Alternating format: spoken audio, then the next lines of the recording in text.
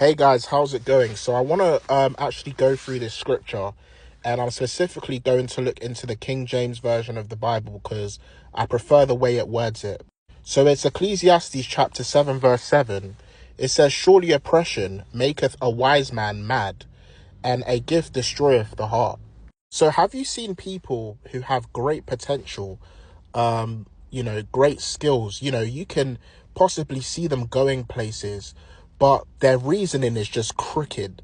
The way their mindset is just mad. And it's like they because of their character, they stop themselves from going into a far place.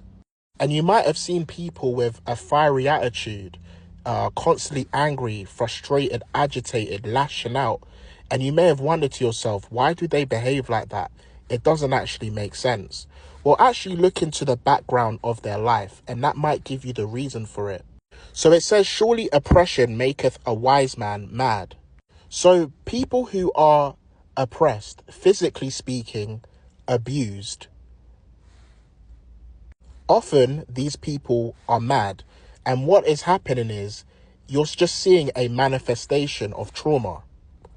So, for example, let's say people are constantly talking down on you, constantly belittling you, constantly hitting you.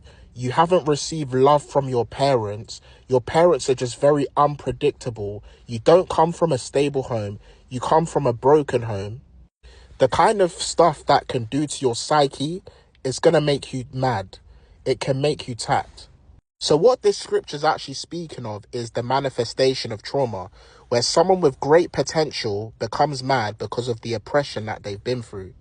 Most people in the LGBTQ community, whether lesbian or gay, when you actually look into their life, right, and, you ask them how they got there, many of them will say, "Oh, I was abused as a child, and then this unlocked feelings in me." Or for a lot of lesbian women, what would happen is, they've had trauma from men. They've been oppressed by men. So, they've decided to go for women. So basically, the oppression that they've been through has turned them mad. Now, this isn't to justify what people do at all. In fact, there's another saying which you might have heard, which is hurt people hurt people. People who've been oppressed end up oppressing others and being horrible to others. Basically, their oppression has turned them into a mad person.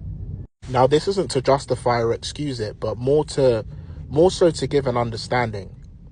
The reason why certain